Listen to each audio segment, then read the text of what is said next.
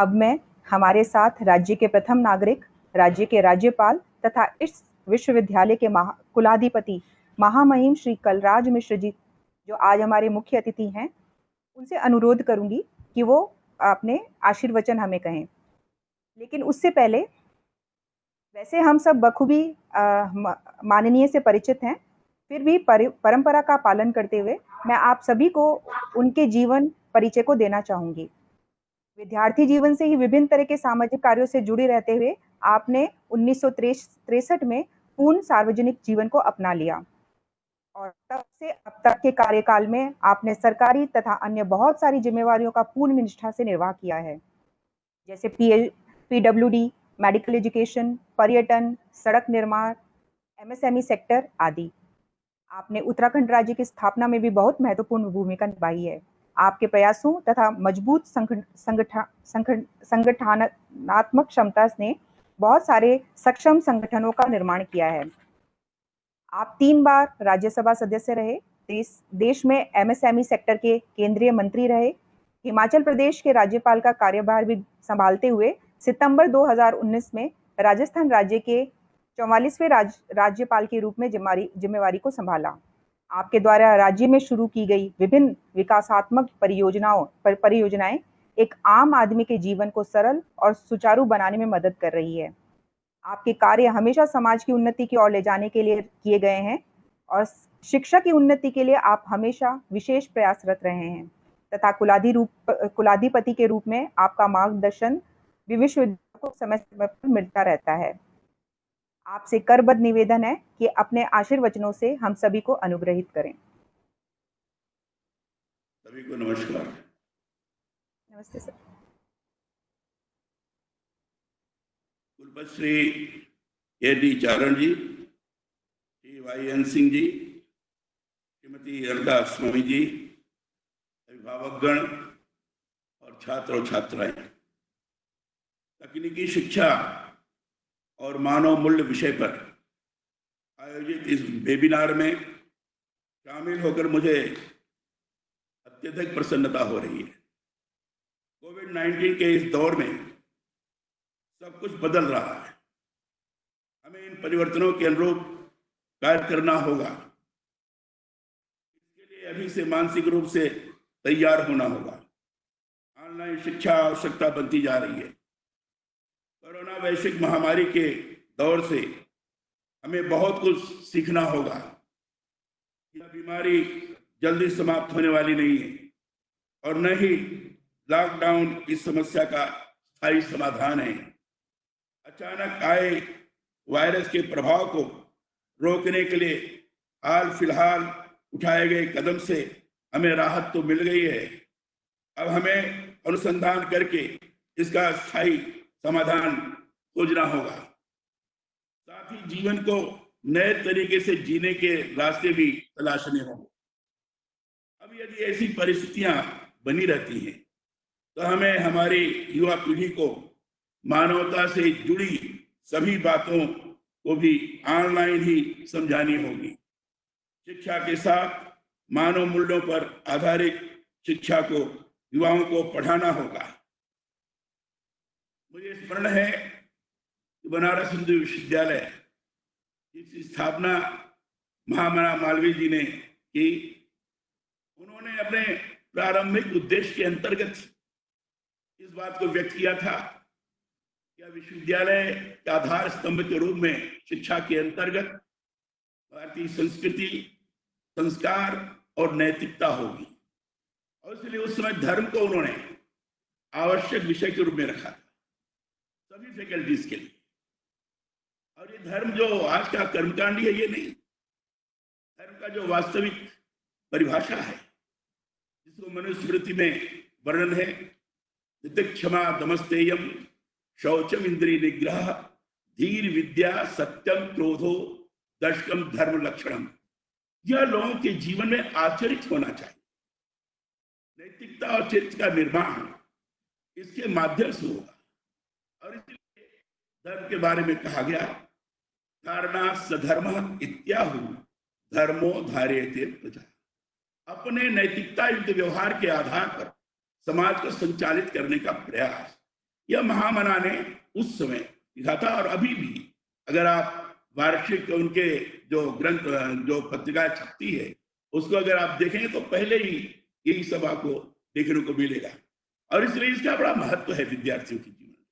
ये तकनीकी शिक्षा और मानव मूल्य केवल तकनीकी शिक्षा तक ही सीमित रही है, सभी के लिए आवश्यक है। और इसलिए नैतिकता, कर्तव्य, ईमानदारी, दया और करुणा में मानव जीवन के मूल्य समाहित हैं। मानव मूल्यों की अवधारणा को प्रत्येक नागरिक को समझना चाहिए। हमारा भविष्य आज के युवा, प्रत्येक युवा को पता होना चाहिए कि दूसरों के साथ कैसे तालमेल बैठाया जाए। समूह या परिवार के लाभ के लिए अपने स्वार्थ और सुखों का त्याग करने के लिए तैयार रहना चाहिए। परिवार में संघर्ष से बचे और सद्भाव से रहे।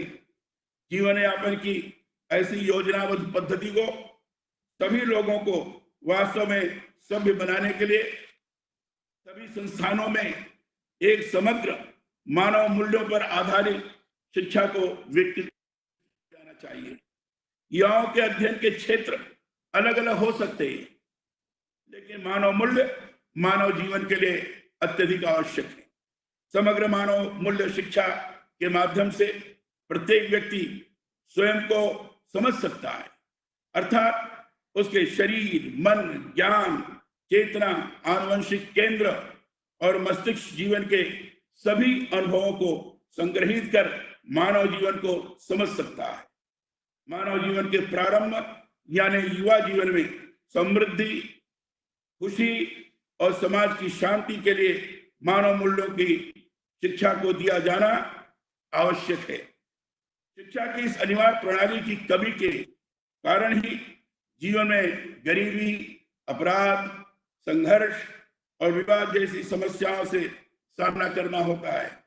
मानव मूल्यों पर आधारित शिक्षा से समाज में उत्पीड़न समाप्त होगा और चेतना का विकास हो सकेगा। हम लोग अपने जीवन के उद्देश्य से भटकेंगे नहीं, बल्कि सही दिशा की ओर बढ़ सकेंगे। मानव मूल्य शिक्षा के माध्यम से चरित्र निर्माण का पाठ वैदिक काल से ही भारतीय शिक्षा प्रणाली में महत्वपूर्ण रहा है। हमें पता है कि हमारे मानव जीवन के अंदर त्याग का क्या महत्व है। कि इस प्रारंभिक शिक्षा के माध्यम से ही उसको संस्कार के रूप में लोगों के अंदर डाला जाता है। और संस्कारित व्यक्ति जब आगे बढ़ता है समाज में, तब वो श्लोक याद आता है, ईशावास्यमिदं सर्वं यत् किंचित जगत्यान जगत तेन त्यक्तेन भुंजीथा मागेश कश्चित् धनम। यह एक तरह से उस व्यक्ति के अंदर इस भाव को पैदा करता है कि हम इस उसमें है, जितना भी हम पैदा करेंगे, जितना भी उत्पादन करेंगे, जितना भी ग्रहण करेंगे, उसमें उतना ही हम उपभोग करेंगे जितना हमारे लिए आवश्यक होगा। बाकी का सारा समाज का है। ये त्याग में प्रवृत्ति इस संस्कार के कारण ही शिक्षा के माध्यम से ही उत्पन्न होता है। भारत में अंग्रेजों के आने के बाद भारतीय शिक्षा का उद्देश्य बदल गया था। इस प्रकार उनके लिए शिक्षा का उद्देश्य बहुत सीमित था। विषयों के ज्ञान सहित कुछ कार्यात्मक साक्षरता शुरू की गई थी। केवल 1882 के शिक्षा आयोग में नैतिक शिक्षा की सिफारिश की गई थी।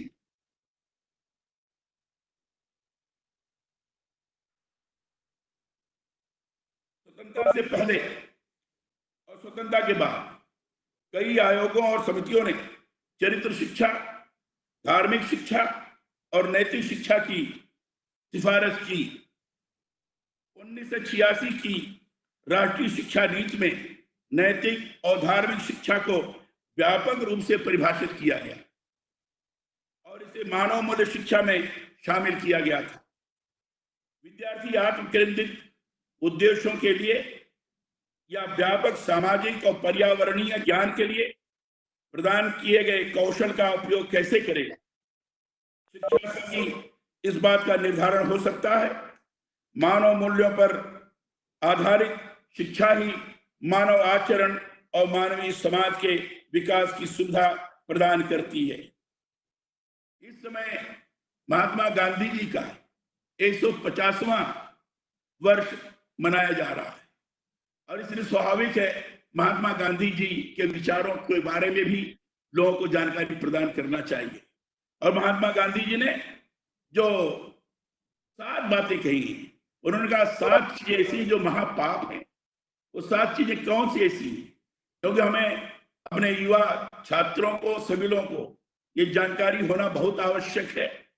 और अगर जानकारी होगी तो उसके आधार पर व्यक्ति अपने जीवन का निर्माण करते हुए आगे बढ़ सकता है। गांधी जी ने 7 घनघोर पाप बताए। पहला बताया उन्होंने, काम के बिना धन, बिना काम के हुए जो धन अर्जित किया जाता है, इसको रिश्वतखोरी के माध्यम से कह सकते हैं और भी कह सकते हैं। दूसरा उन्होंने कहा, अंतरात्मा के बिना सुख। अंतरात्मा जब तक प्रसन्न नहीं होती है, अंतरात्मा में इस बात जब तक काम लोगों के सामने नहीं प्रस्तुत होते हैं जिसके कारण व्यक्ति को संतुष्टि प्राप्त होती है, उसके बगैर सुख नहीं हो सकता। तीसरा उन्होंने कहा, मानवता के बिना विज्ञान। विज्ञान ऐसा हो जो मानवीय संवेदनाओं से परिपूर्ण हो और मानवीय संवेदनाओं के आधार पर सकारात्मक तौर पर निर्माण कार्य को आगे बढ़ाने में सक्षम हो। अगर ऐसा विज्ञान है तो सही माने में मानवीय रूप से बड़ा ही आगे बढ़ाने वाला ये विज्ञान माना जाएगा। चौथा उन्होंने कहा, चरित्र के बिना ज्ञान। अगर चरित्र नहीं है, नैतिकतापूर्ण व्यवहार नहीं है, आचरण नहीं है, तो ज्ञान नहीं प्राप्त हो सकता। ज्ञान प्राप्त करने के लिए चारित्र दृढ़ता बहुत आवश्यक है। इसलिए उन्होंने कहा कि चरित्र के बिना ज्ञान अगर है तो पाप है, घोरतम पाप है। पांचवा उन्होंने कहा, सिद्धांत के बिना राजनीति। अगर राजनीति में सिद्धांत नहीं है तो राजनीति शव के बारे, राजनीति विकृत दिशा में जाएगी, राजनीति अराजकता फैलाएगी, राजनीति का रूप दंडता बढ़ेगी। ऐसी राजनीति नहीं चाहिए जिसमें सिद्धांत का अभाव हो। और छठा उन्होंने कहा, नैतिकता के बिना व्यापार। अगर व्यापार हम करते हैं उसमें नैतिकता नहीं है तो व्यावसायिक जो विश्वास होता है वो विश्वास का हनन होगा। और विश्वास का जब हनन होता है तो व्यापार नहीं, वो तो बिल्कुल एक दूसरे को मार काटने का एक प्रक्रिया बन के रहना होगा। और सातवां उन्होंने कहा, त्याग के बिना पूजा। बगैर त्याग के पूजा नहीं हो सकती, उसके लिए त्याग करना पड़ता है। महात्मा जी के इस 150वें वर्षगांठ के अवसर पर ये जो 7 चीजें उन्होंने गिनाई है, अगर इसको सही मानेंगे, अपने जीवन में आचरित करने की दृष्टि से, संस्कारों के माध्यम से, उस अगर विद्यार्थी और छात्र, चाहे तकनीकी हो चाहे किसी भी फैकल्टी में काम पढ़ने वाला छात्र हो, अगर उसको अपनाता है तो निश्चित रूप से समाज को एक सही दिशा प्रदान कर सकने में सक्षम बनता है। तो ये सारी चीजें मूल्य आधारित शिक्षा की आवश्यकता को शिक्षा के विभिन्न आयोगों, विशेषज्ञ समितियों ने प्रकाश डाला है। इसके जो ये सारी चीजें बताई गई हैं जो इसके अंतर्गत समाहित हो सकती हैं, उसको चलाया जा सकता है। मुझे बड़ी प्रसन्नता है कि आपका विश्वविद्यालय इस दिशा में कार्यरत है ताकि ये सारी चीजें स्वाभाविक रूप से हमारा छात्र उसको आत्मसात कर सके। युवाओं को मानवीय आचरण के साथ सुखी और समृद्ध जीवन जीना सिखाना ये शिक्षा का उद्देश्य है। छात्रों को मूल्य शिक्षा से जोड़कर और कौशलबद्ध करके शिक्षा के उद्देश्य को प्राप्त किया जा सकता है। छात्रों को समझ, प्रतिबद्धता, क्षमता और मानवीय आचरण के साथ रहने और समाज में मानवता का दिग्दर्शन कराना चाहिए। मूल्य शिक्षा में अपनी समझ को साझा करके ही सही समझ विकसित करें। तकनीकी शिक्षा को सीखकर सही कौशल का विकास करें।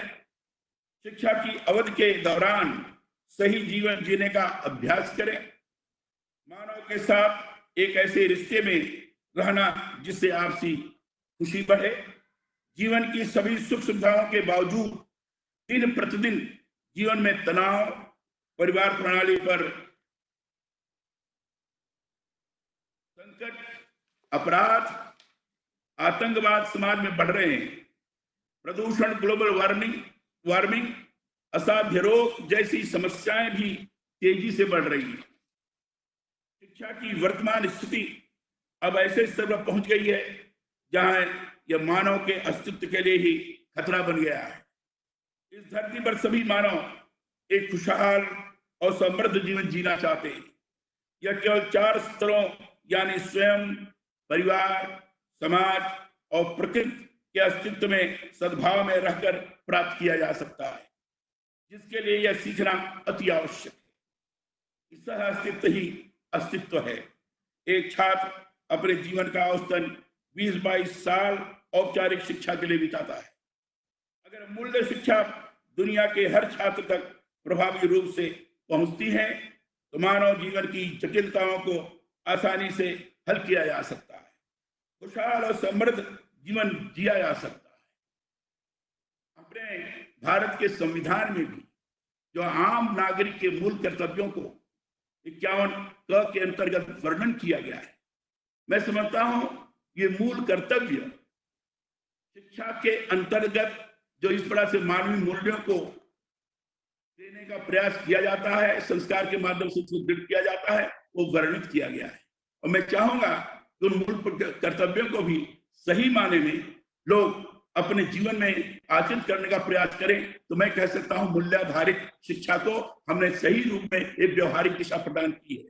और वो मूल कर्तव्य है, संविधान का पालन करें और उसके आदर्शों, संस्थाओं, राष्ट्रध्वज और राष्ट्रगान का आदर करें। स्वतंत्रता के लिए हमारे राष्ट्रीय आंदोलन को प्रेरित करने वाले उच्च आदर्शों को हृदय में संजोए रखें और उनका पालन करें।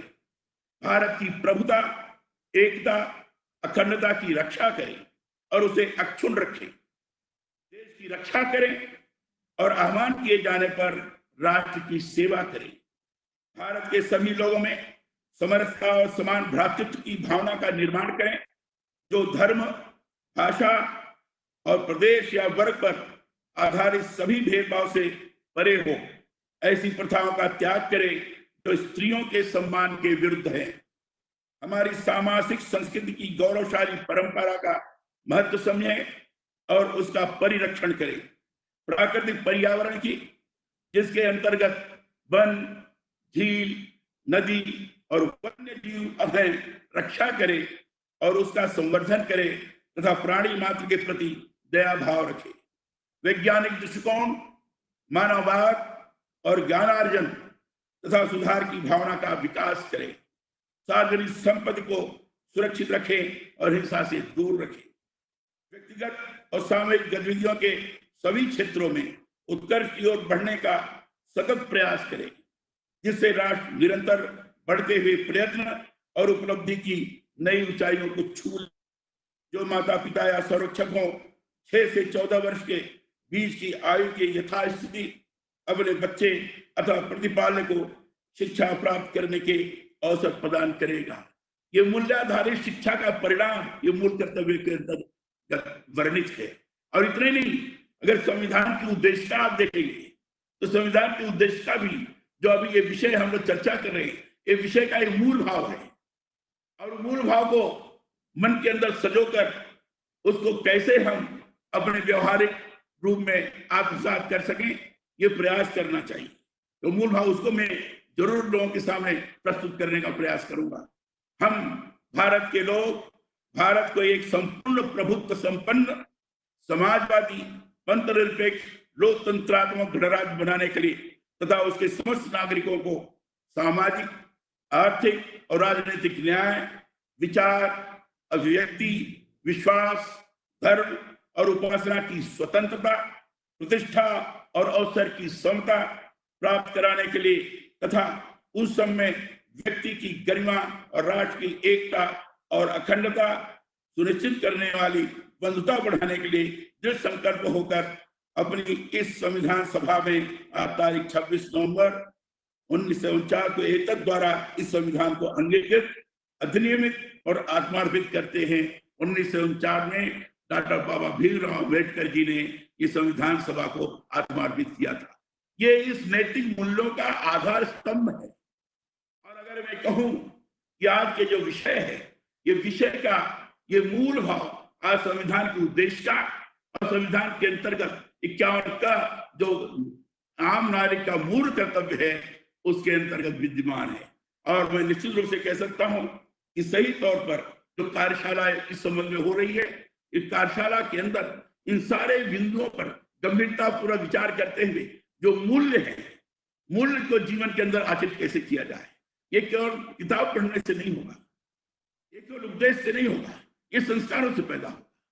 लगातार इस अनुभूति के आधार पर चलेगा कि हर व्यक्ति अनुभव करे कि मुझे ये करना है, ये नहीं करेंगे तो उसके अन्यथा परिणाम हो सकते हैं।